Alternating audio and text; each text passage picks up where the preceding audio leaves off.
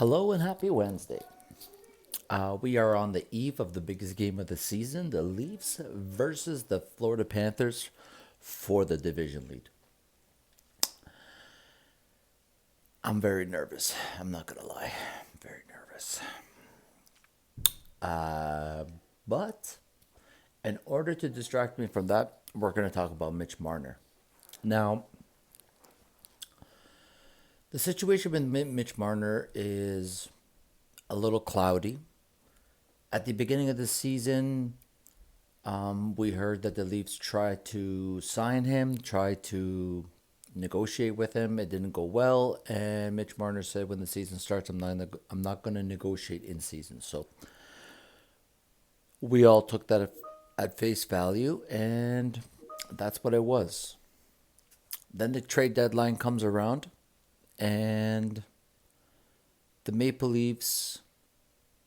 Well, the problem is the trade deadline came around and all this information exploded out, and it's coming from all angles. It's coming from Chris Johnston, it's coming from Elliot Friedman, it's coming from the Carolina Hurricanes. It's coming from all over the place, and it pretty much solidified certain things. If you read it all, you come to certain conclusions.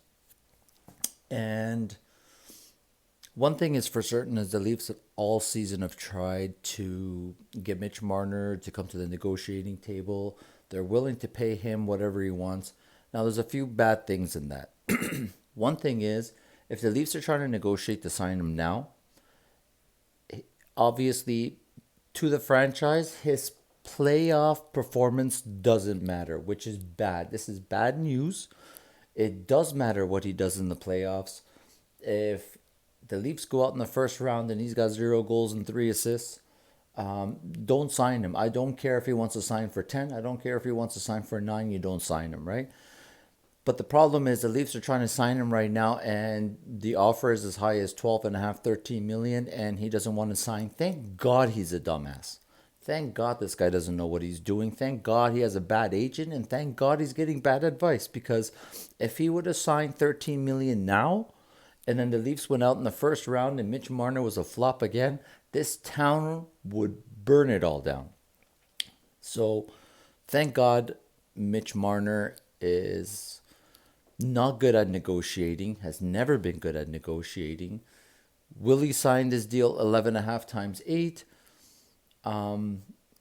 So the history with Willie is simple. The Leafs looked at options outside of their market in terms of trade for Willie. Nothing came up good. They said, okay, so we're going to start negotiating. Willie said, no problem. Got shot out of a cannon to start the season with their trip to Sweden at the beginning of last season, and he didn't look back. And the Leafs were like, okay, 11 and a half times 8. He signs. No fuss. Austin Matthews signed in February, a year before he was supposed to become a free agent. No fuss. But like the first time around, Mitch Marner doesn't want to show up to camp, this and that, and the other thing, doesn't want to negotiate. The same thing's happening again. And it looks bad on the franchise when they're trying to sign a guy and they don't care about his performance. We're just going to give you 13 million just so you could be a Leaf and you could retire a Leaf, and you're going to have the most points. It doesn't matter about winning. We're just going to retire your number and it's going to be great. I don't want to retire the guy's number if he didn't win anything, right? It's it's a, it's good that it shows Mitch Marner doesn't know if he wants to be here. I think that the key thing is Mitch Marner does not know if he wants to be a Toronto Maple Leaf. He doesn't know if he wants to withstand the scrutiny, be talked about every single day, good, bad, or indifferent. I don't think he knows how to handle it, and I don't think he wants to handle it. But he's trying to have his cake and eat it too. It's either he has a great playoffs and then he signs a contract and everyone's like, well, the Leafs went to the Eastern Conference Final and Mitch Marner was great. We got to sign him. And then he looks good. But if he looks bad and the scrutiny is horrible and everyone's tearing him to shreds, he walks. So he's like, I don't have to deal with this. I could just go to somewhere else, right? And you lost me for nothing. So he thinks he's in a situation that's a win-win for him. It's actually a lose-lose because as a Toronto boy, you should know better. As a Toronto boy, you should understand that Matt Sundin, Thomas Caberlet, Brian McCabe, Darcy Tucker, the Muskoka Five, when they refused to waive their no trade clauses and they stayed, and the amount of heat they got, he's going to get the same thing because if you say you want to be a Leaf and they offer you the money that you want and you don't sign because you're not even coming to the table. There has been zero negotiation. The Leafs don't even know what the number is. They're just throwing stuff out there.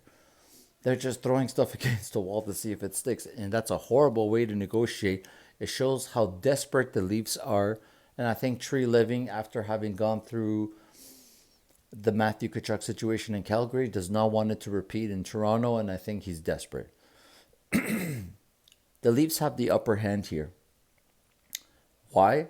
They don't need Mitch Marner. He's never performed in the playoffs. And the thing is, when you look at the Colorado Avalanche, who made a tough decision and traded Mikko Rantanen, their roster today is better when they let the superstar go who wanted too much money. The Tampa Bay Lightning with Stamkos wanted too much money. They let him go. They're better today. So when you look at these examples of these teams letting go marquee players and then becoming better afterwards, yes, you can replace Mitch Marner because there's only one Mitch Marner, but there's $13 million in cap space to spend. And if Tavares takes the discount, which he's supposed to,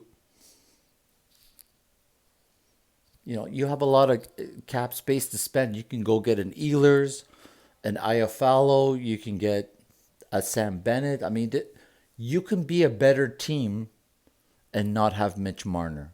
The Colorado Avalanche have done it. The Tampa Bay Lightning have done it. Tons of teams have let go, like the Vegas Golden Knights. Won a Stanley Cup. Jonathan Marchessault, MVP. They let him go. And the Vegas Golden Knights aren't a worse team for letting Marchessault go. So, I mean, it's a tough situation, but it's not a tough situation because no one player, especially a playmaker who cannot score like Mikko Rantanen, who just got 12 million. So Mikko Rantanen gets 12 million, and over the last 5 years, he's got more goals and points than you. What makes you think you can get more? Doesn't make any sense.